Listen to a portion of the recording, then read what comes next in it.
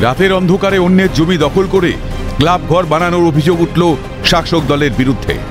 যে ঘটনাকে কেন্দ্র করে রীতিমতো উত্তেজনা ছড়ায় হাওড়ার চামরাইল গ্রাম পঞ্চায়েত এলাকায়।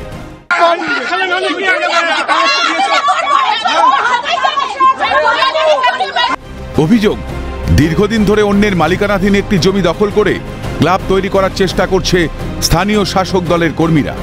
এ বিষয় নিয়ে জমির মালিক প্রতিবাদ করতে গেলে শুরু হয় তুমুল বচসা।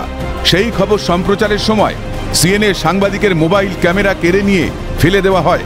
প্রশাসনের বিরুদ্ধে গাফিলতির অভিযোগ তুলছেন জমির মালিক। তখন আমার লাইভ সম্প্রচার চলছিল, সেই সময়তেই ফোন এবং আমার যে আনুষঙ্গিক জিনিসগুলো ছিল সেই জিনিসগুলো কেড়ে নিয়ে চলে যায় এবং দূরত্বে একটি জায়গায় ফেলে দেওয়া হয়। স্থানীয় পঞ্চায়েত কিছু করে না, পুলিশ কিছু করে না, প্রশাসন কিছু করে না। কোন রাজ্যে বাস করছি বলুন আমরা? কোন রাজ্যে আমাদের হুমকি দিয়ে গেছেন? এখানে বিজেপি পার্টি ইচ্ছা করে ছেলেদের কাছে ছেলে দিচ্ছে যাতে হাত তোলে কেস করব। অনেক দিন ধরে এটা করেছে না। খবর সম্প্রচার করতে গেলে কেন বাধার মুখে পড়তে হবে? তবে কি সত্যিটা সামনে আসার ভয়? যদিও এই সব অভিযোগ মানতে নারাজ অভিযুক্ত বিক্ষোভকারীরা। 4 বছর একটা জমির পেপার দেখাতে লাগে, 5টা ছেলের নামে কেস দিয়েছে, 2 বছর পর সিভিল কেস হয়েছে। ওনারা পেপার দেখাননি, আমরা কেন দেখাতে যাবো? আমাদেরকে হুমকি দিয়ে আটকে রেখেছিল এখানে জমিতে, হাত দেবেন না, কল তুলে দাও, আমাদের এসে হুমকি দিত। আমরা কেন তুলবো? আমরা ওনাদের গুন্ডা। উনিও জানেন উনি কি বলছে বলুন তো। উনি বলছে যা পারো তোমরা করে নাও। উনি শাসিয়েছে কেস করবো।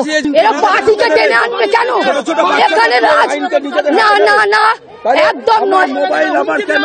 আমি ক্ষমা চাইছি তার জন্য। কিছুদিন আগে হাওড়ার 5টা থেকে উঠে এসেছিল একই অভিযোগ। জোর করে জমি দখল এবং জলাশয় বোঝানোকে কেন্দ্র করে তৃণমূল আশ্রিত দুষ্কৃতীদের সঙ্গে গ্রামবাসীদের বচসা এবং সংঘর্ষ চরম আকার ধারণ করেছিল। ফের হাওড়ায় জমি দখলের ঘটনায় তুঙ্গে উত্তেজনা। কেন বারবার একই অভিযোগ উঠছে? কেন প্রশাসন এত উদাস? যথারীতিবদ্ধ খবর সম্প্রচার করতে এসেই সিএনএর সাংবাদিককেই এরকমভাবেই আক্রমণের শিকারত্ব হতে হচ্ছে। হাওড়া থেকে প্রসেনজিৎ অধিকারী রিপোর্ট, ক্যালকাটা নিউজ।